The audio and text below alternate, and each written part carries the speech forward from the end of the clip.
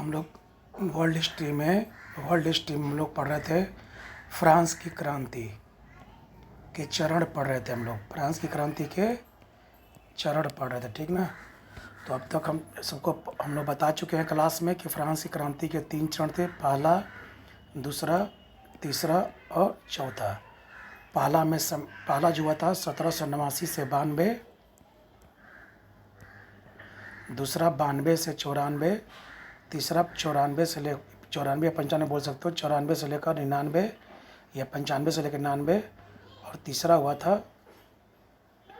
99 से लेकर 1815 तक, यानी 14 तक। नेपोलियन, इस युग में नेपोलियन आएगा। इस युग में आएगा तुमको हमारा ये उदारवादी युग आएगा। इसमें आ जाएगा क्रांतिकारी युग, गणतंत्र की परंपरा है। इसमें संवैधानिक राजतंत्र बताए थे। तो फ्रांस की क्रांति कुल 4 चरणों में चली थी। 1789 से लेकर 1815 तक कितने चरण चली थी? 4 चरणों में। 4 चरणों में बताए थे। क्यों बटा हुआ था बताओ? 1789 से लेकर 1815 तक 4 चरणों में चली थी। 4 चरणों में चलने का मतलब क्या था कि चारों की विशेषताएं क्या थी? अलग अलग थी। चारों चीज़ में अलग अलग घटनाएं घटी थी, ठीक। सबसे लंबा समय तक चला था चौथा चरण, जो 1799 से लेकर 1815 तक चला था, ठीक। इसी में हम लोग देखे थे। अभी तक हम लोग पहला चरण पढ़ चुके थे। शाम बैच के हम लोग बता रहे हैं, जो 4 से 5, 5:30 चलता है बैच। पहला चरण हम लोग क्या पढ़े थे बताओ? पढ़े थे कि बास्तिल का किला का क्या हो चुका है? पतन हो चुका है। दूसरा पढ़े थे कि राजा का पतन हो गया है। मैंने राजा का पतन मतलब क्या? राजा अब उतना शक्तिशाली नहीं है। राजतंत्र है लेकिन राजा शक्तिशाली नहीं है। राजतंत्र है लेकिन राजा उतना शक्तिशाली नहीं है। तीसरा हम लोग पढ़े थे कि नेशनल असेंबली बना, जिसको संविधान साहिब बोलते हम लोग, जिसका जिम्मा क्या था? फ्रांस के लिए संविधान बनाना, ठीक। चौथा पढ़ेंगे संविधान बना, जिसमें घोषणा पत्र, मानवाधिकार के लिए घोषणा पत्र हुआ था, बताए थे। चर्च और पादरियों की संपत्ति क्या कर ली गई थी? छीन ली गई थी, बताए थे। लास्ट में देखते हैं कि राष्ट्रीय महासभा का क्या होता है? राष्ट्रीय सभा पतन क्यों हो जाती है? क्योंकि कहा था कि हमारा उद्देश्य क्या है? संविधान बनाना। और संविधान बनाने के बाद ही क्या हो गया? राष्ट्रीय सभा का अस्तित्व क्या हो गया? मिट गया। और इसकी जगह पर व्यवस्थापिका सभा आ रही है। 745 सीट वाला कौन आ रहा है? व्यवस्थापिका सभा आ रही है। यही पहला चरण का क्या था? मूल बिंदु था। हम लोग पढ़े थे।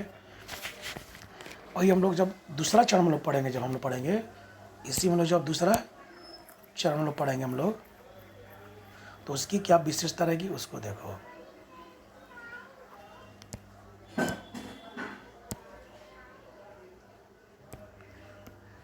जब दूसरा चरण पढ़ेंगे तो उसकी विशेषता रहेगी। दूसरा चरण चलेगा हम लोग का 1792 से लेकर 1794 या 95 तक चलेगा, ठीक। इसकी विशेषता क्या होगी कि संविधान सभा जो होगा वो क्या हो गया होगा? खत्म हो जाएगा। जिससे राष्ट्रीय सभा क्या था? खत्म हो जाएगा, समाप्त हो जाएगा। क्यों हो जाएगा? कुछ ने कहा था कि हमने संविधान सभा का निर्माण करना, और संविधान का निर्माण होते ही हमारी संस्थाएं क्या हो जाएगी? समाप्त हो जाएगी। उसकी जगह पर व्यवस्थापिका सभा अब ले लेगा देश के लिए कानून बनाने के लिए। पहले कौन बनता था? पहले कौन था? पहले बताओ, फ्रांस में कानून कौन बनाता था? राजा। राजा के बाद कौन बनाने लगा? National assembly. उसके बाद कौन बनाएगा? व्यवस्थापिका बनाएगा। क्या बनाएगा? तो पहले कौन बनाया था? राजा। फिर कौन बनाएगा? National assembly. फिर कौन बनाएगा? व्यवस्थापिका बनाएगा, ठीक ना। इसके बाद आएगा नेशनल कन्वेंशन बनाएगा, ठीक है। ये होगा हमारा पहले। उसके बाद आएगा हमारा नेशनल कन्वेंशन की जगह पर डायरेक्टरी आएगा। डायरेक्टरी की जगह पर आएगा नेपोलियन आ जाएगा, ठीक ना। यही फ्रांस की क्रांति में कानून बनाने वाले लोग हैं। पहला कौन? राष्ट्रपति बनाता था। दूसरा कौन बनाएगा? नेशनल असेंबली बनाएगा। तीसरा कौन बनाएगा? व्यवस्थापिका। चौथा किसका जिम्मा होगा? नेशनल कन्वेंशन का। पांचवा डायरेक्टरी, और छठा नेपोलियन का। ये जान लेना कैसे हमारे फ्रांस में कानून कौन बनाने की जिम्मेदारी जिनके पास थी, ठीक। अभी पता है कि 92-94 का जो हम लोग आगे घटनाक्रम देखेंगे, उसमें क्या देखेंगे? संविधान सभा या राष्ट्रीय सभा का क्या होता है? समाप्त हो जाता है या भंग होता है। उसकी जगह पर व्यवस्थापिका सभा आती है, जो फ्रांस के लिए रूल बनाएगा, ठीक ना, हर तरह का। अब आता है जिसी व्यवस्थापिका सभा को बाद में भंग कर दिया जाता है, इसकी जगह पर देखा जाएगा इस चरण में कि नेशनल कन्वेंशन आएगा, जिसकी जिम्मेदारी होगी कि देश के लिए क्या बनाए? कानून बनाए। अब इसी नेशनल कन्वेंशन पर बाद के दिनों में जैकोबिन और जिंदस्तीन का क्या रहेगा, बोलबाला रहेगा। दो सदस्य संस्था है जिनका बोलबाला रहेगा। ये दोनों आपस में आपसी कुछ मुद्दे को लेकर झगड़ेंगे और जैकोबिन क्या हो जाएगा, सत्ता बना लेगा। नेशनल कन्वेंशन पर जैकोबिन की क्या जाएगी, सत्ता जाएगी और वो आतंक का राज बना देगा। फिर क्या होगा, आतंक का राज के लिए रॉबिन्सन जिम्मेदार होगा। रॉबिन्सन की हत्या कर दी जाएगी और इस तरह से फिर से उदारवादी गणतंत्र की स्थापना जाएगी और उसकी जगह पर नेशनल कन्वेंशन को समाप्त करके उसी जगह पर डायरेक्टरी आएगा। तो तीसरा चरण शुरू हो जाएगा। ठीक, इसी को हम लोग आगे टॉपिक में विस्तार से पढ़ेंगे कि दूसरा चरण में स्टेप बाय स्टेप क्या क्या घटनाएं घटी है। ठीक, देखो दूसरा चरण सबको पता है कि 1792 से लेकर 1794 या 95 तक क्या हुआ है, दूसरा चरण चला। ठीक ना। तो इस चरण में हम लोग देखो पहले क्या देखते हैं। इस चरण में हम लोग देखते हैं पहली बार कि संविधान का जब निर्माण हो जाता है, किसका निर्माण होता है, संविधान का जब निर्माण हो जाता है तो राष्ट्रीय सभा को क्या कहते हैं, समाप्त कर दिया जाता है। किस सभा को, हम लोग फ्रांस की क्रांति के दूसरे चरण में पहुंचते हैं और देखते हैं कि हम लोग पढ़े थे ना फ्रांस के प्रथम चरण में ना कि जो संविधान सभा था जिसके जिम्मे था संविधान का बनाना, उसने संविधान जब बना दिया तो उसने कहा कि मेरी महत्ता क्या हो गई, समाप्त हो गई। जैसे भारत में राष्ट्रीय आंदोलन जब हुआ था तो गांधी जी ने कहा था कि आईएनसी का जो मुद्दा था कि देश को आज़ाद कराएं, तो देश को आज़ाद करा दिया। तो अब गांधी ने कहा था कि आईएनसी अपने मुद्दे में क्या हो गया, सफल हो गया, तो आईएनसी को अब समाप्त कर देना चाहिए। तो भारत में आईएनसी समाप्त नहीं हुआ जो आज भी है। लेकिन फ्रांस में जो संविधान सभा बना था जिसका जिम्मा था कि संविधान का निर्माण करना और राजतंत्र को क्या करना, कमज़ोर करना, तो इसी संविधान का निर्माण हो गया 91 में। तो देखा गया कि राष्ट्रीय सभा को समाप्त कर दिया गया। ठीक ना, संविधान सभा को क्या कर दिया गया, समाप्त कर दिया गया और कहा गया कि आप जिस उद्देश्य के लिए क्या हुए थे, गठित हुए थे, आप जिस उद्देश्य के लिए क्या हुए थे, गठित हुए थे, आपका समय क्या हो गया, समाप्त हो गया। और इस तरह से पहला सेकेंड स्टेप में देखते हैं कि जो नेशनल असेंबली था उसको समाप्त कर दिया जाता है। ठीक है, और इस नेशनल असेंबली जो समाप्त किया गया तो इसमें कहा गया, देखा गया फ्रांस में कि सबसे बड़ा भूल यह था कि इसमें एक प्रस्ताव पारित किया गया था। नेशनल असेंबली समाप्त होने के बाद एक प्रस्ताव पारित किया था कि जो भी नेशनल असेंबली के सदस्य थे जो फ्रांस के लिए संविधान बनाए थे, वे लोग जो नई व्यवस्थापिका बनी है 745 सीट वाली, जिसका जिम्मा देश के लिए कानून बनाना है, उसकी सभा में ये लोग शामिल नहीं होंगे। यानी इसका मतलब हुआ कि राष्ट्रीय सभा जो चला रहे थे उनका कोई भी सदस्य आने वाली व्यवस्थापिका में शामिल नहीं होगा। ये दूसरा चरण का पहला घटनाक्रम है। इससे क्या हुआ कि जो नेशनल असेंबली को जिसके पास अनुभव था 2 साल का, जो 89 में क्या हुआ था, बना था, और 91 में क्या हुआ था, ख़त्म हो गया था। ठीक ना, 89 में बना था, 1789 में क्या हुआ था, बना था, और 91 में क्या हुआ था, उसकी महत्ता क्या हो गई, खत समाप्त हो गई। लेकिन इतने साल का जो अनुभव था वे लोग आगे का जो व्यवस्थापिका बनी थी उसमें लोग भाग नहीं ले पाए, जिससे क्या हुआ, समझा फल। तो ये हम बता रहे थे अभी हम कि जब संविधान में अब क्या हुआ, इसमें कमियां क्या रह गई। तो जो संविधान सभा जो 2 साल का अनुभव था उसने अपनी सत्ता हस्तांतरित कर दी, किसके हाथ में कर दी, निर्वाचित विधानसभा के हाथ में कर दी कि अब आज के बाद आप लोग संस्था रहिए और आप ही लोग क्या करिए, संस्था देश के लिए कानून बनाइएगा। यानी अब नेशनल असेंबली की भूमिका हमेशा के लिए क्या हो गई, समाप्त हो गई। तो बताओ, पहले देखते हम लोग राजतंत्र था जो देश के लिए कानून बनाता है, राजतंत्र को कमज़ोर बरक करके नेशनल असेंबली आया। अब नेशनल असेंबली का जिम्मेदारी थी देश के लिए कानून बनाना। इसको समाप्त कर करके 2 साल के बाद विधानसभा आया, जिसमें अब वही कर रहा है कि सेकेंड स्टेप हम लोग क्या देखते हैं कि जब नेशनल असेंबली समाप्त हो गया और कहा गया कि आपकी भूमिका अब समाप्त हो गई है, आपने एक संविधान बना दिया है, अब आपने संस्था को समाप्त कर दिए, और उन्हीं के आदेश पर एक प्रस्ताव पास करके एक निर्वाचित विधानसभा गठन किया गया। कहा गया कि एक 745 सीट का एक विधानमंडल बना, जिसमें कहा गया कि इसमें जितने भी लोग जाएंगे फ्रांस की जनता द्वारा निर्वाचित होंगे। लेकिन इसमें एक कमियाँ क्या बताए थे हम कि इसमें सभी लोग को मतदान करने का अधिकार नहीं था। जो टैक्स भरते थे वही इसमें मतदान में भागीदार बनते थे। ठीक, तो अब बताओ अब का माहौल क्या है। माहौल है कि संविधान सभा की जगह पर अब कौन आ रहा है, व्यवस्थापिका सभा आ रही है 745 सीट वाली, जिनका जिम्मा होगा कि फ्रांस की व्यवस्था को सुधारा जाए, फ्रांस की व्यवस्था क्या किया जाए, सुधारा जाए।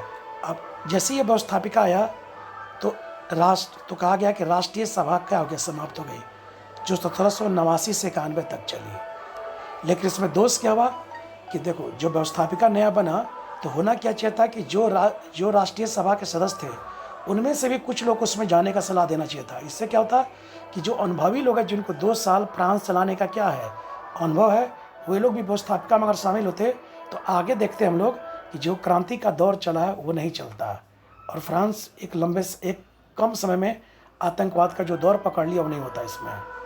अब जो नई विधानसभा बनी 745 सीटों वाली, उससे अपेक्षा रखी गई कि आप अब नए युग का शुरुआत कीजिए।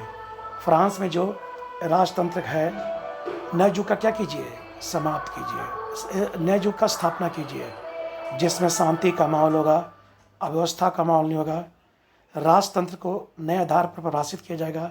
मतलब क्या समझा, मतलब जो एक पहले जो था, पहले हम लोग क्या देखते थे कि फ्रांस की सारी व्यवस्था कौन चला रहा था, राजतंत्र है, कानून व्यवस्था, न्याय व्यवस्था सब चला रहा था। बाद में देखा गया 1789 के प्रथम चरण में क्या देखा गया कि राजतंत्र को कमज़ोर कर दिया गया और संवैधानिक राजतंत्र की क्या की गई भाई, बाकी राष्ट्रीय सभा बना, जिसके जिम्मा था देश के लिए कानून बना। फिर राष्ट्रीय सभा भी 1789 से 92 तक चली, 92 में 91 तक चली, ये भी भंग कर दी गई। इसकी जगह पर व्यवस्थापिका सभा आया, जिसका जिम्मा था देश के लिए क्या करना है, शासन करना। यानी नए, अब कहा गया कि जो 745 सीट वाली राष्ट्रीय सभा की जगह पर नई व्यवस्थापिका सभा आई है, उसका काम क्या है, फ्रांस के नए युग का शुरुआत करना, फ्रांस में शांति बना रहा, इस स्तर पर कानून बनाना, राजतंत्र को नए आधार से परिभाषित करना कि राजतंत्र की भूमिका अब और क्या होनी चाहिए, ये तय करना। तो बताओ, पहला स्टेप में क्या दिखा रहे हैं हम कि संविधान सभा खत्म हो गया है, उसकी जगह पर क्या आ रहा है, दूसरा स्टेप में कि विधानसभा आ रहा है, जिसके जिम्मे नए संविधान, नए फ्रांस का निर्माण करना है। ठीक, अब आगे आते हैं। जैसी विधानसभा गठित हुई थी, हम बताए थे अभी हम, 745 सीट वाली क्या बनी थी, विधानसभा गठित हुई थी, किसके भंग होने पर, राष्ट्रीय सभा के भंग होने के बाद। तो देखा गया कि इस सभा में जो 17 सीट वाली सभा थी, इसमें अधिकांश मध्यम वर्गीय थे, जो पढ़े लिखे थे, लेकिन उनको एक राजनीतिक अनुभव उतना नहीं था कि कैसे देश को चलाया जाए, कहाँ पर समस्या है तो क्या होनी चाहिए, ये उनको उतना समझा। इसमें कुलीन वर्ग की कोई भूमिका नहीं थी। यानी इस विधानसभा जो बना था 47 सीट वाला, इसमें बताना है तीसरा स्टेप में क्या पढ़ेंगे हम लोग, इसमें वर्चस्व किसका था, मध्यम वर्ग। मैंने वही लोग समाज से ज़्यादा चुन कर गए थे, जनता, क्योंकि जनता चुनती थी तो मध्यम वर्ग का प्रभुत्व ज़्यादा था, इसलिए जनता चुन कर गई। कुलीन वर्ग को लोग नकार देता था। सबको पता है कुलीन वर्ग से तीसरा स्टेट का क्या था, खार का था, इसीलिए कुलीन वर्ग की सत्ता इसमें नहीं जा पाई। ठीक ना। अब देखते हैं कि इसी विधानसभा में जो 745 विधानसभा बनी थी, किसकी जगह पर, नेशनल असेंबली की जगह पर, उसी विधानसभा में अब आगे चल कई गुट बन गए। कुछ लुई 16वां का समर्थन वाले, जो कला राजतंत्रात्मक गुट बनाना है, कुछ संविधान समर्थन वाले कि संविधान से देश चलेगा, कुछ गणतंत्रात्मक बनाए कि देश को गणतंत्र बनाया जाए, यानी जनता का चुना गया प्रतिनिधि के प्रतिनिधि से क्या देश चलाया जाए। इसमें 2 थे, जैकोबिन और जिंदोस्तीन थे। एक थे जैकोबिन, एक थे जिसको रेडिकल भी बोलते थे, यानी गणतंत्रवादी, जो उग्र विचारधारा के थे, क्रांतिकारी थे और काफ़ी प्रभावशाली थे। इनके गुट में, इन गुट का इस विधानसभा में काफ़ी क्या था, प्रभावशाली रूप में थे लोग, क्योंकि इनका आम जनता से काफ़ी संपर्क था। तो बताओ, विधानसभा में जब जो 745 सीट था, उनमें देखते हैं कुछ राजतंत्रवादी थे, कुछ संविधान समर्थक थे, कुछ उग्र क्रांतिकारी थे। इन्हीं का सबसे ज़्यादा क्या था, वर्चस्व था। इन 745 सीट में सबसे वर्चस्व किसका था, गणतंत्रवादियों का था, जो ये भी 2 स्तर पर थे। एक जैकोबिन थे, जिसका बाद में पढ़ा तो लोग पढ़ा होगा, हम लोग इंडियन में मॉडर्न हिस्ट्री में पढ़ेगा, किसी जैकोबियन क्लब का सदस्य बना था टीपू सुल्तान। और एक था जिंदोस्तीन। ये दोनों क्या थे, गणतंत्रवादी थे। यानी लगभग कई गुट ऐसे थे। एक गुट था, यानी 745 की विधानसभा में एक गुट क्या था, राजतंत्रवादी, एक गुट क्या था, संविधानवादी, एक गुट क्या था, गणतंत्रवादी। इसमें भी 2 लोग थे, एक जैकोबिन, एक जिंदोस्तीन, दोनों क्रांतिकारी थे, उग्र थे। यानी अब का सिनारियो क्या है, तीसरा स्टेप में देख रहे हैं कि विधानसभा गठित हो गया है 745 सीटों वाला, जिसमें मध्यम वर्गीय प्रभावी भूमिका में है, क्योंकि भले हालांकि उनको राजनीतिक अनुभव क्या था, कम था, कुलीनबर्ग का इसमें प्रवेश नहीं था, क्योंकि कुलीनबर्ग को चुनकर जनता नहीं भेजी, क्योंकि जानते थे कि चुनकर भेजने का मतलब होगा फिर से अव्यवस्था का दौर आएगा। इस जब आगे देखते हैं कि इसी विधानसभा में 745 सभा में 3 गुट बन जाता है। पहला राजतंत्र, कुछ लोग हैं कि राजतंत्र को समर्थन करेंगे कि राजा की भूमिका होनी चाहिए इस देश में। कुछ लोग कहेंगे नहीं, संविधान के अनुसार देश चलेगा। कुछ लोग थे गणतंत्रवादी, रेडिकलवादी, कहा कि जनता का प्रतिनिधि क्या करेगा, देश को चलाएगा। इसी में थे जिंदुस्तीन और जैकोबिन थे। यही लोग की आगे भूमिका रहेगी। नेक्स्ट स्टेप में देखते हैं कि जब विधानसभा की बैठक होती थी तो सभा में दाएं तरफ बैठते थे संविधान समर्थक। कौन समर्थक? संविधान समर्थक, जिसको दक्षिणपंथी कहा गया है। और बाएं तरफ बैठते थे गणतंत्रवादी, जिनको वामपंथी कहा गया है। यही लोग बाद में वामपंथी, वही वामपंथी जिंदुस्तीन क्लब और जैकोबिन सदस्य, यही लोग भूमिका निभाए हैं। तो देखा गया है कि चौथा स्टेप क्या है कि जब कानून बनाने के लिए हमारी कानून के जब विधानसभा की बैठक होती थी तो दाईं तरफ बैठते थे संविधान सभा के लोग और बाईं तरफ बैठते थे कौन लोग? जो गणतंत्रवादी थे, जो गणतंत्र में समर्थन करते थे कि जनता क्या चुना गया प्रतिनिधि देश को चलाएगा, वही वामपंथी कहलाते थे। दक्षिणपंथी कहलाए जो दाएं तरफ बैठे, जो संविधान में समर्थन करते थे। और जो वामपंथी थे वो क्या कहलाए? जो गणतंत्रवादी थे, जो जिंदुस्तीन और जैकोबिन सदस्य थे। ठीक ना, ये पकड़ना है। इन्हीं का बाद में वामपंथियन का बाद में इस विधानसभा पर क्या हो गया? वर्चस्व हो गया। अब देखो आगे का स्टेप क्या है। इसी बीच क्या देखा गया कि फ्रांस की क्रांति का भय यूरोप के कुछ देशों में फैलने लगा। मतलब आगे स्टेप हम क्या देखते हैं? एक दोस्त हम देखते हैं कि अभी तक हम लोग क्या पढ़े बताओ? अभी तक पढ़े कि संविधान सभा समाप्त हो गया, यानी राष्ट्रीय सभा समाप्त हो गया है। उसकी जगह पर व्यवस्थापिका सभा ही है, जिसकी जिम्मेवारी है कि फ्रांस को एक नए स्वरूप से आगे बढ़ाए। उसी में 2-3 कुछ लोग राजतंत्रात्मक गुट के हैं, कुछ लोग संविधानवादी हैं, कुछ लोग रेडिकल है। रेडिकल मैंने गणतंत्रवादी, गणतंत्र को समर्थन करने वाले, यानी जनता का प्रतिनिधि देश को चलाएगा, वे लोग हैं, जिसमें जिंदुस्तीन और जैकोबिन है। तो जिंदुस्तीन और जैकोबिन क्या है? गणतंत्र का समर्थन करने वाले हैं। ठीक ना। अब इसी में हम आगे देखते हैं कि फ्रांस में क्या होने लगा। फ्रांस में क्या हुआ कि क्रांति का भय यूरोप में होने लगा। फ्रांस की क्रांति का भय कहाँ होने लगा? जो यूरोप में आसपास देखते रहे हैं, यानी फ्रांस की जो घटना है उसका प्रभाव कहाँ पड़ने लगी? यूरोप के अन्य देशों में क्या होने लगी। तो देखो कैसे करा। तो जो पादरी और कुलीनबर्ग जो फ्रांस से भाग कर कहाँ गए थे, हम देखेंगे कि जब पेरिस पर भीड़ ने इकट्ठा किया था, हल्ला किया था, तो फ्रांस से लोग कहाँ गए? जो निम्न पादरी थे, निम्न कुलीन थे, वो भाग कर फ्रांस के बाहर चले गए। और इन्होंने क्या किया कि फ्रांस, वहाँ जहाँ फ्रांस जैसा निरंकुश राजतंत्र था, जहाँ फ्रांस जैसा क्या था? निरंकुश राजतंत्र था, उन जगहों पर उन्होंने आवाज़ उठाई निरंकुशता के विरुद्ध। कहा कि हमारे देश में जैसे निरंकुशता को समाप्त किया गया वैसे यहाँ भी समाप्त किया जाए। इससे जिस यूरोप में निरंकुश शासन था, राजा था, वहाँ भय सताने लगा कि फ्रांस की क्रांति कहीं यहाँ ना आ जाए तो हमको भी सत्ता से हाथ धोना पड़ जाएगा।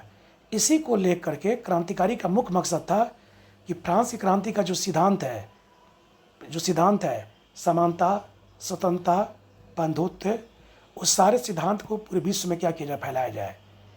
इसी का परिणाम था कि जहाँ राजतंत्र था, निरंकुश राजतंत्र था, उन्हें चाहते थे कि हमारे देश में भी फ्रांस की क्रांति जैसा निरंकुश राजतंत्र को सत्ता को समाप्त कर दिया जाएगा। मतलब समझा? मतलब यह था कि उन देशों में भी भय था कि फ्रांस की क्रांति से क्या होता है कि राजतंत्र की सत्ता को कमज़ोर कर दिया गया। तो इनको भी भय था कि फ्रांस के लोग जो वहाँ पहुँचे हुए हैं, जो निम्न कुलीन लोग हैं, वे लोग फ्रांस की बातें वहाँ करेंगे, जिससे जनता में रोष फैलेगा अपने निरंकुश राजा के विरुद्ध और वहाँ सत्ता उखाड़ने की फिरा में रहेगी। तो लोगों को यह भय सताने लगा कि फ्रांस की क्रांति जो हुई है उसका प्रभाव कहाँ ना पड़ जाए, हमारे देश में पड़ेगा तो हमारा निरंकुश सत्ता क्या हो जाएगी? समाप्त हो जाएगी। इसीलिए वे लोग जिस देश में निरंकुश राजतंत्र था, उन लोगों ने गुट बनाया फ्रांस के विरुद्ध। और गुट बनाकर क्या किया? फ्रांस के विरुद्ध क्या किया? युद्ध छेड़ दिया। तो बताओ, फ्रांस के विरुद्ध अब नेक्स्ट स्टेप जा रहे हैं, चौथा स्टेप में फ्रांस के विरुद्ध युद्ध छेड़ने का मुख्य कारण क्या था? तो यूरोप में निरंकुश राजतंत्र का दौर था, और जो फ्रांस से भागकर निम्न कुलीनबर्ग जो कहाँ गए हुए थे फ्रांस में, वे वहाँ के निम्न कुलीन को भड़का रहे थे निरंकुश राजतंत्र के विरुद्ध कि हमारे देश में जिस तरह से फ्रांस में राजा को निरंकुश राजतंत्र को समाप्त कर दिया गया है, इनको पंगु बना दिया गया है, वैसे आप लोग भी पंगु बनाइए। इससे वहाँ पर असंतोष फैला वहाँ के राजाओं में। उन्होंने क्या किया, गुट बनाया और गुट बना करके फ्रांस पर चढ़ाई कर दिया और फ्रांस का युद्ध में क्या हुआ, हार गया।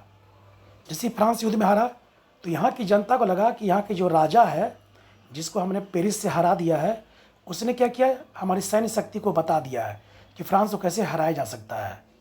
तभी जनता में रोष फट गया यहाँ की राजा के विरुद्ध, और राजा को बोला गया, जो जिस राजा को पद से लोग हटा दिया था, उस राजा को दोषी कहा कि यही राजा हमारे विरोधी फ्रांस के विरोधी जो देश है उनको समर्थन किया है, बताया है कि फ्रांस कहाँ कहाँ कमज़ोर है। तो यहाँ की जनता ने जब फ्रांस हारा विश्व में, तो इसका दोष जनता ने राजा पर मर दिया। और राजा ने जब मर दिया तो राजा को कहा गया कि जब वहाँ की सरकार को, व्यवस्थापिका को, जैसे फ्रांस में जब जैसे हुआ क्या कि जब फ्रांस की क्रांति का लहर जब कहाँ फैलने लगा, यूरोप में, तो यूरोप में जो निरंकुश राजतंत्र था उनमें क्या रोष हो गया, कहीं हमारी सत्ता भी चले न जाए। इसीलिए वहाँ की वहाँ के राजा ने जहाँ जहाँ पर फ्रांस की क्रांति की लहर घुस रही थी, वहाँ सब एक हो गए और फ्रांस पर क्या कर दिया, अटैक कर दिया, ताकि फ्रांस का प्रभाव उन पर ना पड़े। लेकिन यहाँ का जो शासन, यहाँ का जो व्यवस्थापिका थी, विधानसभा था, उन्होंने प्रण किया था कि हम अपनी क्रांति का विचारधारा कहाँ फैला देंगे, यूरोपियन में भी। इसी मुद्दे को लेकर दोनों में युद्ध हो गया, फ्रांस और अदर देश में, जिससे फ्रांस की बुरी तरह क्या हो गई, पराजय हो गई। तो फ्रांस की जनता ने सोचा कि हमारे इस पराजय का कारण राजा है, यानी राजा हमारे सैनिकों की कमियों को विदेशियों को बताया है, और उसी कमी को उजागर करते हुए लोग फ्रांस को बुरी तरह से क्या कर दिया है। तो यहाँ की जनता क्या कहेगी, व्यवस्थापिका पर चोट पहुँचाएगी और व्यवस्थापिका को बोलेगी कि तुम क्या करो, राजा को क्या करो, कमज़ोर करो। उसी पर लेकर के हम लोग आगे बढ़ेंगे कि फ्रांस की क्रांति में अब हम देखेंगे व्यवस्थापिका पर क्या होगा, इसका प्रभाव पड़ेगा। अब यहाँ की जनता, जो यहाँ व्यवस्थापिका आ गई है, जिसके जिम्मे क्या है, व्यवस्थापिका आ गई है जिसके जिम्मे क्या है, फ्रांस की सत्ता संभालना, फ्रांस के लिए नियम बनाना। उन्होंने कहा कि आप राजतंत्र का भविष्य तय कीजिए कि राजा कैसा होना चाहिए। ये राजा जो है साला हमारे देश के साथ क्या कर रहा है, गद्दारी कर रहा है। तो ये व्यवस्थापिका जो राष्ट्रीय सभा की जगह पाया था, व्यवस्थापिका संस्था, उन पर ही लोग जोर मारा कि व्यवस्थापिका जो संस्था है वो क्या करे, अब राजतंत्र को परिभाषित करे कि राजतंत्र कैसा होना चाहिए, यानी राजा की भूमिका और क्या होनी चाहिए। क्योंकि राजा की भूमिका यह है कि इसको और कम कर दो, क्योंकि ये क्या कर रहा है, ये देशद्रोही का काम कर रहा है। इसीलिए व्यवस्थापिका सभा को क्या किया गया, भंग कर दिया गया। जो व्यवस्थापिका सभा चल रही थी उसको क्या किया गया, भंग कर दिया गया, और उसकी जगह पर नई राष्ट्रीय कन्वेंशन सभा आई। यानी व्यवस्थापिका सभा भी 91 से लेकर 92 तक चली। क्यों भंग कर दिया गया कि अब नई चुनी भी वयस्क, कहा गया नया राष्ट्रीय कन्वेंशन होगा, जिसमें वयस्क आधार पर मताधिकार होगा। जो वृद्ध लोग होंगे वही लोग इसमें क्या करेंगे, भाग लेंगे, यानी लोगों को भेजेंगे, ताकि बुद्धिजीवी लोग रहेंगे तो संस्था के बारे में सोचेंगे आगे क्या करना है, रणनीति बनाना है। तो देखो, अब व्यवस्थापिका को भी क्या कर दिया गया। अब तक क्या था कि कानून कौन बनाता, राजा बनाता। उसके जब क्या है, राजा प्लस क्या आया, कानून बनाने वाला, राजा प्लस क्या आया, नेशनल असेंबली आया। फिर क्या, राजा प्लस क्या रहा, विधानसभा रहा। फिर क्या, राजा प्लस क्या रहा, राजा प्लस नेशनल कन्वेंशन हो गया। मतलब पहले राजा बनाता कानून, फिर राजा प्लस क्या रहा, नेशनल असेंबली नया जुड़ा, फिर राजा प्लस क्या आ गया, विधानसभा आया, फिर राजा प्लस क्या है, नेशनल कन्वेंशन रहा। अब नेशनल कन्वेंशन आ गया किसकी जगह पर, नेशनल कन्वेंशन आ गया, इस वजह पर क्या आ गया, नेशनल कन्वेंशन आ गया। इसका जिम्मेवारी क्या था, इसका जिम्मा क्या था कि अब ये नए सिरे से, अब बताओ फ्रांस की जिम्मेवारी किसके पास आ गई, नेशनल सभा, विधानसभा कि नेशनल कन्वेंशन, ये दोनों संस्थाएं पर क्या कर दी, भंग कर दी गई। अब क्या, नेशनल कन्वेंशन को आगे का, अब आप फ्रांस की क्रांति का जिम्मा लीजिए। इसी नेशनल कन्वेंशन में देखा गया कि दो संस्थाओं का बड़ा प्रभुत्व था, दो संस्थाओं का था। एक का नाम था जैकोबिन, एक का नाम था जिंदोस्तीन। जैकोबिन जो थे काफ़ी संगठित थे लोग, और जिंदोस्तीन में थे लोग जो शिक्षित वर्ग आते थे। इनमें दांते और रॉबेस्पियर था जैकोबिन में, और इसमें क्या था, मैंड्रोला ब्रिक्सा था इसको चलाने वाला। इसमें पेरिस का समर्थन था, पेरिस भीड़ का, मतलब कि जो निम्न वर्ग के लोग थे इनको काफ़ी समर्थन था, किसको, जैकोबिन में। तो बताओ, जो नया संस्था, बताओ जो नया व्यवस्था, हम बताए थे कि पहले फ्रांस के लिए कानून कौन होता, राजा, प्रथम चरण में। उसका उसी प्रथम चरण में क्या देखा गया कि नेशनल असेंबली आया, अब वो बनाने लगा देश के लिए कानून।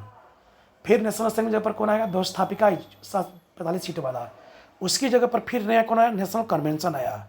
इसी नेशनल कन्वेंशन पर देखा गया कि कितने लोग का वर्चस्व है, 2 लोगों का, एक जैकोबिन और एक जिंदुस्तीन।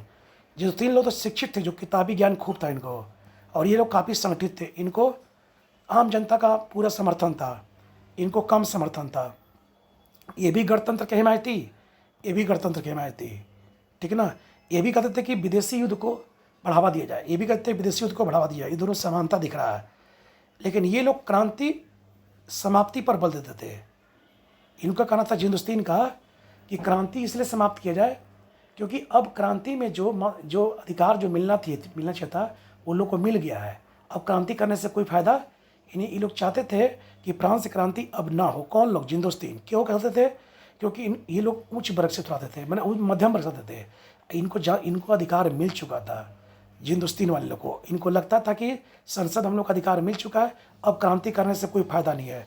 लेकिन जैकोबिन थे, इनको लगता था कि हमारे साथ जो निम्न वर्ग के लोग हैं, उनको अभी अधिकार नहीं मिला। इसी मुद्दे पर दोनों क्या चाहते थे, दोनों में आपसी मतभेद हो गया।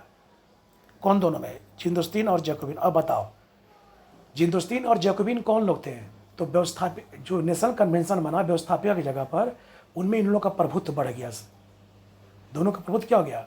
अब देखा कि दोनों के विचारधारा क्या थी, सेम, कि दोनों युद्ध, विदेशियों से युद्ध पर बल देते थे, दोनों गणतंत्र की बात करते थे। लेकिन बताओ, किसके पास आम जनता का समर्थन था, तो जैकोबिन के पास। किसके पास मध्यम वर्ग का समर्थन था, तो जिंदुस्तीन के पास।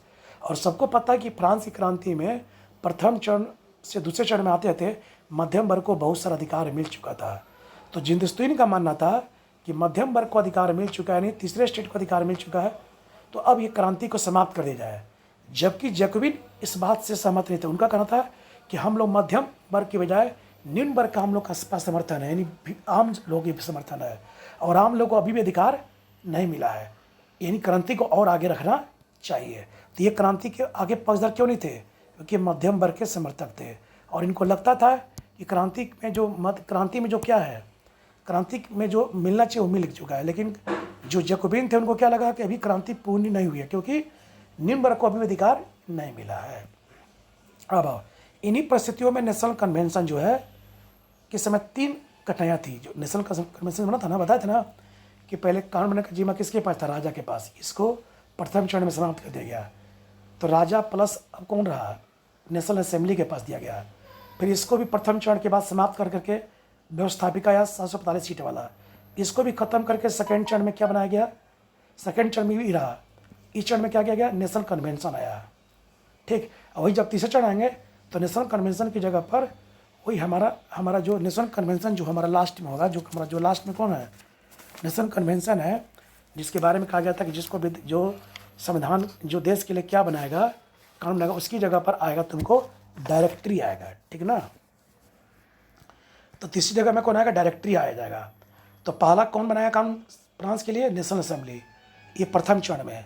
दूसरे चरण में कौन आएगा, व्यवस्थापिका आएगी, उसके बाद नेशनल कन्वेंशन आएगा। तीसरे चरण में नेशनल कन्वेंशन की जगह कौन ले लेगा, डायरेक्टरी ले लेगा। और चौथे चरण में इसकी जगह पर कौन लेगा, नेपोलियन आ जाएगा, ठीक ना। तो नेपोलियन, अब आओ, जैसे ही अब दूसरा चरण हमारे घुसे हुए हैं नेक्स्ट स्टेप में, तो नेशनल व्यवस्थापिका संस्था खत्म हो गई है, उसकी जगह पर कौन आया, नेशनल असेंबली आया है, जिसका जिम्मा है कि अब देश को संभालना है, देश की विभिन्न विधि व्यवस्थाओं को देखना अब किसकी जिम्मेवारी है, ठीक ना। तो नेशनल कन्वेंशन की जिम्मेवारी है। तो ये सब जानना कि पहले राजा था, फिर नेशनल असेंबली आया, फिर व्यवस्थापिका आया कानून बनाने के लिए, फिर नेशनल काउंसिल अभी तक आया, अभी आएगा नेशनल काउंसिल आएगा। अब नेशनल काउंसिल की जब सत्ता आ गई, किसकी सत्ता आ गई, तो अब इसके पास इसके अधीन 3 तरह की समस्या है। पहला है कि विदेशी आक्रमण कर रहा है और हमेशा हम हार रहे हैं, कैसे उससे बचा जाए। दूसरा आ गया इसमें राजा की भागीदारी क्या हो, राजा के साथ क्या किया जाए फ्रांस में। अब पहला क्या की समस्या है कि विदेशी आक्रमण हो रहा है, उनके साथ क्या किया जाए। दूसरा राजा के साथ क्या व्यवहार हो। और तीसरा समस्या था कि जो जैकोबिन और जिंदुस्तीन में आपस में गृह हो रहा था इन दोनों को लेकर आपस में पूरे फ्रांस में झगड़ा फसाद हो रहा था, इनमें किसकी सदस्यता हो, इनमें किसकी भागीदारी दी जाए, यानी नेशनल कन्वेंशन में इन दोनों में किसकी भागीदारी सुनिश्चित की जाए। तो 3 समस्या था। बताओ, नेशनल कन्वेंशन जब बना, जिसका जिम्मा था देश को चलाने के लिए, तो इनके समय 3 समस्या थी कि पहला, विदेशी आक्रमणकारी से फ्रांस का हार हो रहा है, उसको कैसे बचा जाए। दूसरी समस्या थी कि राजा की भूमिका क्या होनी चाहिए। और तीसरा, गृहयुद्ध मतलब जैकोबिन और जेंदोस, 3 जो आतंकवादी संस्थाएं थी, इन दोनों के साथ, इन दोनों में क्या होना चाहिए, इस दोनों में क्या होना चाहिए कि गृहयुद्ध को समाप्त किया जाए। क्योंकि इन दोनों कारण देश में लोग आपस में झगड़ गए थे। इस कारण, क्योंकि जिंदुस्तीन कहता था कि क्रांति अब नहीं होना चाहिए, जैकोबिन कहता था क्रांति होनी चाहिए। क्यों? क्योंकि जैकोबिन अभी पता है कि ये लोग निम्न का पक्षधर था, ये लोग मध्यम वर्ग है, मध्यम वर्ग को बहुत सा अधिकार मिल गया था, तो इनको लगा कि अधिकार मिल गया तब शांति क्रांति खत्म किया जाए। इनको नहीं, क्रांति खत्म नहीं कर, इसी मुद्दे को लेकर दोनों में आपस में क्या झगड़ा हो जाएगा। अब आ गया प्रथम, विदेशी आक्रमण क्या होना चाहिए। तो कहा गया, क्रांतिकारियों ने घोषणा की थी कि फ्रांस को गणतंत्र बनाया जाए और स्वतंत्रता, समानता और बंधुत्व का नारा जो है पूरे पड़ोसी राष्ट्रों में फैलाई जाए। इसी से क्या हुआ कि जहाँ पर निरंकुश राजतंत्र था, वहाँ संशय की स्थिति आ गई। करे फ्रांस का नारा जो हमारे देश में पहुँच जाएगा तो हमारी सत्ता यहाँ की जनता क्या कर देगी, समाप्त कर देगी। इसी भय से क्या हुआ कि यूरोप में निरंकुश राजतंत्र में भय आ गया और सभी ने मिलकर एकजुट हो गए। और एकजुट होकर, जिसमें ऑस्ट्रिया, जर्मनी, इंग्लैंड, हॉलैंड, ये सब मिलकर क्या किया, जहाँ निरंकुश राजतंत्र था, क्या राजतंत्र यहाँ पर है, निरंकुश राजतंत्र, उन लोगों ने फ्रांस के विरुद्ध युद्ध का बिगुल बजा दिया और फ्रांस को बुरी तरह से हरा दिया। ये समस्या आ गई कि अब इसे समझ गया। तो जो पहली समस्या थी कि अगर हम गणतंत्र का प्रचार पूरे विश्व में करेंगे तो विदेशी हम पर आक्रमण करेंगे, तो इससे कैसे बचा जाए।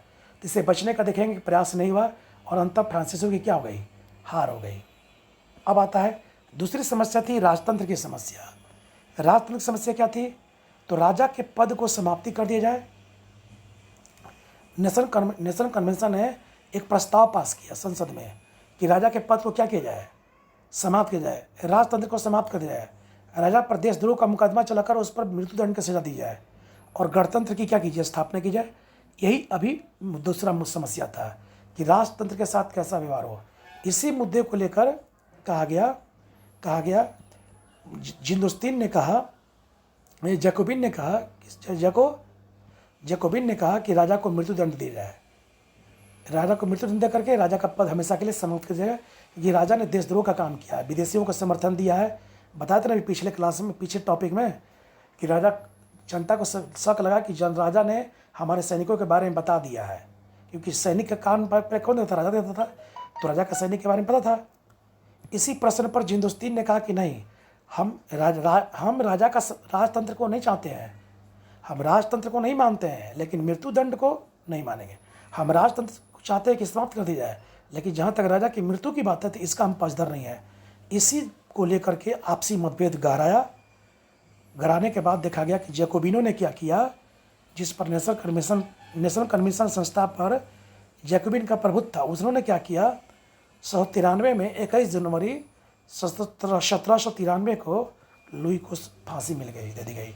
इसी पर जिंदुस्तीन और जिंदुस्तीन क्या चाहता था कि लुई को फांसी न जाए, राजतंत्र को समाप्त कर दिया जाए, लेकिन लुई को फांसी देने से कोई मतलब नहीं है। इसी दोनों को मुद्दे को लेकर दोनों में आपस में क्या गया, मतभेद हो गया और गृहयुद्ध छिड़ गया। क्या मुद्दा था दोनों के बीच, जिंदुस्तीन और जैकोबिन जी? कि राजा की मृत्यु का मुद्दा था। सबको पता था कि जैकोबिन मृत्युदंड के पक्षधर था, जबकि जिंदुस्तीन दंड के पक्षधर नहीं था। इसी मुद्दे को लेकर दोनों में आपस में क्या हुआ, संघर्ष हुआ। ठीक ना। दूसरा क्या था कि लगातार युद्ध से आर्थिक संकट भी क्या हो गया, गहरा गया। और आर्थिक संकट से जब युद्ध गहराया तो अमीरों से क्या किया गया, नेशनल कन्वेंशन ने क्या किया, अमीरों से टैक्स लेना शुरू कर दिया। सबको पता था कि जिंदुस्तीन जो क्लब था वो अमीर का समर्थन था, मध्यम वर्ग का समर्थन था। इसी कारण दोनों ने आपस में क्या हो गया, भिड़ गए और दोनों आपस में भिड़ गए। जैकोबिन का सदस्य जैकोबिन ने कहा कि जिंदुस्तीन क्या कर रहा है, अपना मनमानी कर रहा है, यानी क्या कर रहा है, कानून बना रहा है।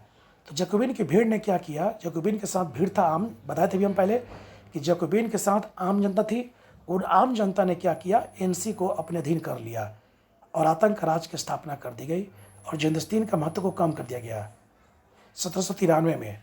और रॉबेस्पियर के नेतृत्व में क्या हुआ, जैकोबिन क्लब के सदस्यों ने किसके नेतृत्व में, रॉबेस्पियर, बताया थे कि रॉबेस्पियर जैकोबिन का सदस्य था, मालिक था। उस इसी के नेतृत्व में क्या हुआ कि नेशनल कन्वेंशन पर जो फ्रांस में रूल बनाने वाली संस्था थी, विधानसभा बनाने वाली संस्था थी, यानी कानून बनाने वाली संस्था थी, उस पर अपना आधिपत्य कायम कर लिया और आतंक का राज स्थापना। आतंक इसलिए कहा गया कि जिसने भी जैकोबिन की नीतियों का क्या किया, विरोध किया, उसको मृत्युदंड दिया गया, उसको यह मार दिया गया। तो हुआ क्या कि अब फ्रांस में जैकोबिन लोगों ने क्या किया, अपने अनुसार न्यायालय बनाया, जिसका नाम रखा क्रांतिकारी न्यायालय, जन सुरक्षा समिति। क्रांतिकारी न्यायालय इसलिए बनाया कि जो लोग क्रांतिकारियों का विरोध करेगा उसको हत्या कर दी जाएगी। और जन सुरक्षा मतलब जो आम लोग हैं, जैसे इसमें कृषक वर्ग है, मध्यम वर्ग नहीं। मध्यम वर्ग को तो बताया था कि जिंदस्तीन सपोर्ट करा था। इसी मुद्दों को लेकर क्या हुआ, दोनों क्या हुआ, आपस में झगड़ गए। और झगड़ने के बाद क्या हुआ कि जो लोग जैकोबिन क्लब का विरोध करता था, जैकोबिन संस्था विरोध करता, सबको रॉबेस्पियर ने मृत्युदंड दे दिया, जो रूसों से प्रभावित था, और मृत्युदंड दिया। और इसने कहा था कि जनता का इच्छा ही अंतिम इच्छा है, जनता जो चाहेगा वही होगा। जनता हमको कह रहा है कि सत्ता के आप लोग हाथ में लीजिए और मध्यम वर्ग छुड़ाइए। इसलिए जैकोबिन ने क्या किया, जिंदस्तीन की हत्या करना शुरू कर दिया। जब जिंदस्तीन की हत्या शुरू किया तो पूरे फ्रांस में संशय का माहौल हो गया। अब लगा कि जिंदस्तीन एक भी नहीं बचेगा, क्योंकि जिंदस्तीन लोग ही जैकोबिन की नीतियों का क्या करते थे, विरोध करते थे। इसके क्या हुआ, जिंदस्तीन को तभी कहा गया, जिंदस्तीन के सदस्यों ने क्या किया, रॉबेस्पियर को पकड़ लिया, जो आतंक का राज क्या किया होता, बढ़ाया हुआ था। सबको पता है कि जैकोबिन का नेतृत्व कौन कर रहा था, रॉबेस्पियर। उसको पकड़ करके 94 में फांसी दे दी गई और इस तरह से आतंक का राज क्या हो गया, समाप्त हो गया। और नेशनल कन्वेंशन पर किसका महत्व खत्म हो गया, जैकोबिन क्लब का, और किसका फिर बढ़ गया, जिंदस्तीन का। जब जिंदस्तीन का बढ़ा तो इस तरह से फिर से एनसी पर उदारवादी गुट आ गया, यानी कौन आ गया, लोग जिंदस्तीन लोग आ गए। अब जिंदस्तीन आ गया तो अब देखा जाएगा, अब इसी में पूछ सकता है कि जो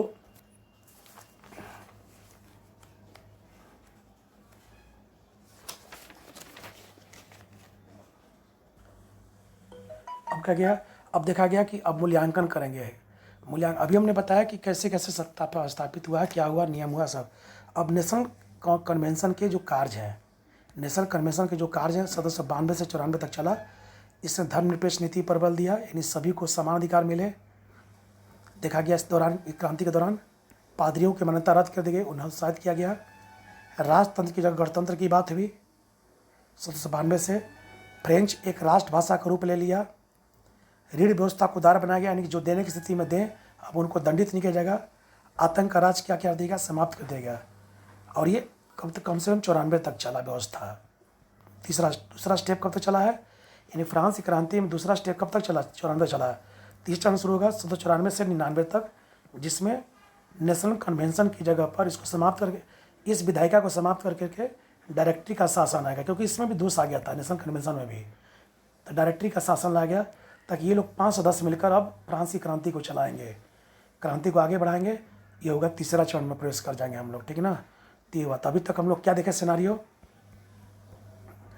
अभी सिनारियो देखे कि दूसरे चरण का राष्ट्रीय सभा को क्या कर दिया गया है, दूसरे चरण की राष्ट्रीय सभा को समाप्त कर दिया गया है। उसकी जगह पर व्यवस्थापिका सभा लाई गई है। क्या लाई, व्यवस्थापिका सभा लाई गई है, जिसका जिम्मे फ्रांस को आगे बढ़ाना है। इसमें मध्यम वर्ग का अस्तित्व है, देखा गया है। बाद देखा कि कई इधर विधानसभा कई गुटों में बंट गया, जो बाद में जिंदस्तीन जैकोबिन क्लब इनके प्रमुख हो गए संस्था के। इसी में देखा गया कि फ्रांस में गृहयुद्ध हो रहा है। उसी युद्ध को फ्रांस का विदेशियों के साथ का युद्ध हो रहा है, उसको संभालने के लिए फ्रांस के राजाओं को परदोष माना जाता है।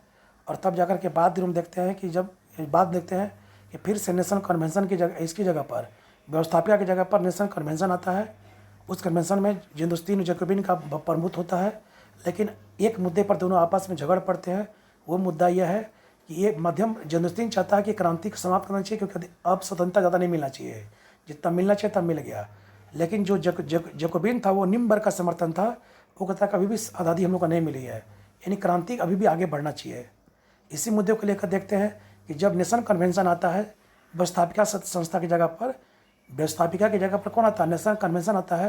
तो उसके समय 3 जिम्मे, विदेशी आक्रमण से कैसे बचा जाए, आप राजा के साथ किया गया तो देखेगा कि विदेशी आक्रमण के लिए उसने क्या किया कि सभी देशों में गणतंत्र की स्थापना की बात करी, निरंकुश शासन हटाने बात की, सभी ने मिलकर फ्रांस को हराया।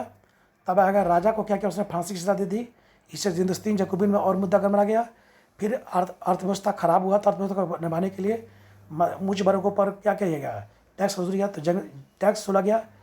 तो इसी हिंदुस्तान ने विरोध किया, तो जैकोबिनों ने क्या किया, हिंदुस्तानों को मार करके गद्दी हथिया ली, इन्हें नेशनल कमीशन अपना अधिकार कर लिया। तभी रॉबेस्पियर के नेतृत्व में, तभी लोगों को लगा कि रॉबेस्पियर जिंदा रहेगा तो सारा फ्रांस में और आतंक का राज फैल जाएगा, इसलिए रॉबेस्पियर को लोगों ने मार दिया और आतंक राज क्या हो गया, समाप्त हो गया। और कहा गया कि अब फिर से उदारवादी सत्ता आ गई कहाँ पर, नेशनल कन्वेंशन पर। उसके बाद ये भी ज़्यादा दिन तक नहीं चल पाया, नेशनल कन्वेंशन को भी समाप्त कर देगा। उसके बाद डायरेक्टरी का पद आया और वो लोग के जिम्मे है कि अब व्यवस्था कैसे चले, जो तीसरा स्टेप था। इसी के साथ ही हम लोग दूसरा स्टेप समाप्त करते हैं। धन्यवाद।